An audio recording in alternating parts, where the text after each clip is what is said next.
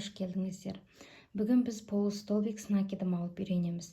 Қазір мен 10 воздушный петлядан тұратын цепочка дайындап алдым. Оны алу жолын бірінші сабақта айтып өткен болатынбыз. Енді бастаймыз. Соңғы ілмектен кейін, яғни 10-шы ілмектен кейін бізге 2 көтерме ілмек қажет. 1, 2. Осыдан кейін накид алып крючокпен.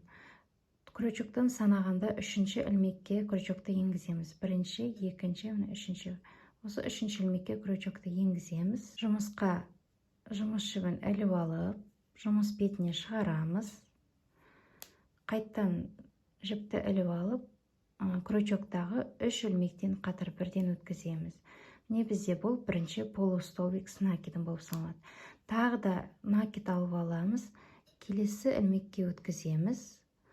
Жіпті іліп алып, жұмыс бетіне шығарып, крючоктағы бізде міне 3 ілмек тұр. Осы 3 ілмектен қайтадан іліп алып, 3 ілмектен бірден өткіземіз. 2-ші полустолбик с накидом.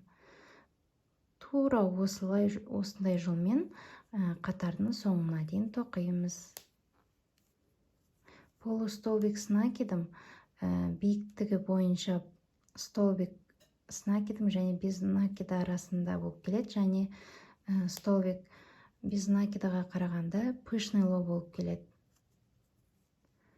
Бұны біз корзина тоқығанда немесе жаңағы рюкзак, сумочкалар тоқыған кезде осы әдісті негізі жиі пайдаланамыз. Осылай қатардың соңына дейін тоқимыз.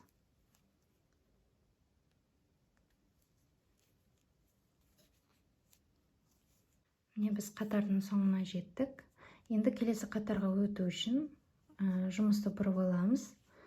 Тағы да 2 көтерме ілмек аламыз.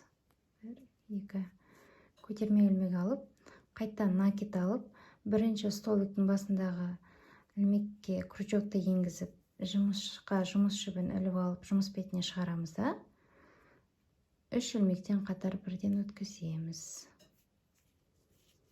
Яғни алдыңғы қатарда істеген ісімізді қанша қатар керек бізге, сонша қатар осындай жолмен тоқып шығамыз. Полустолбик с накидом.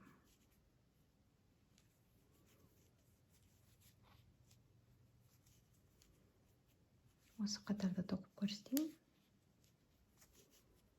Накид аламыз, енгіземіз, жіпті алып, жұмыс бетіне шығарамыз.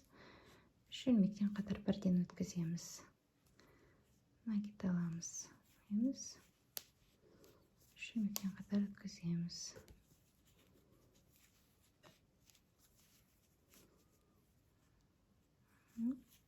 Соңына таяп қалдық.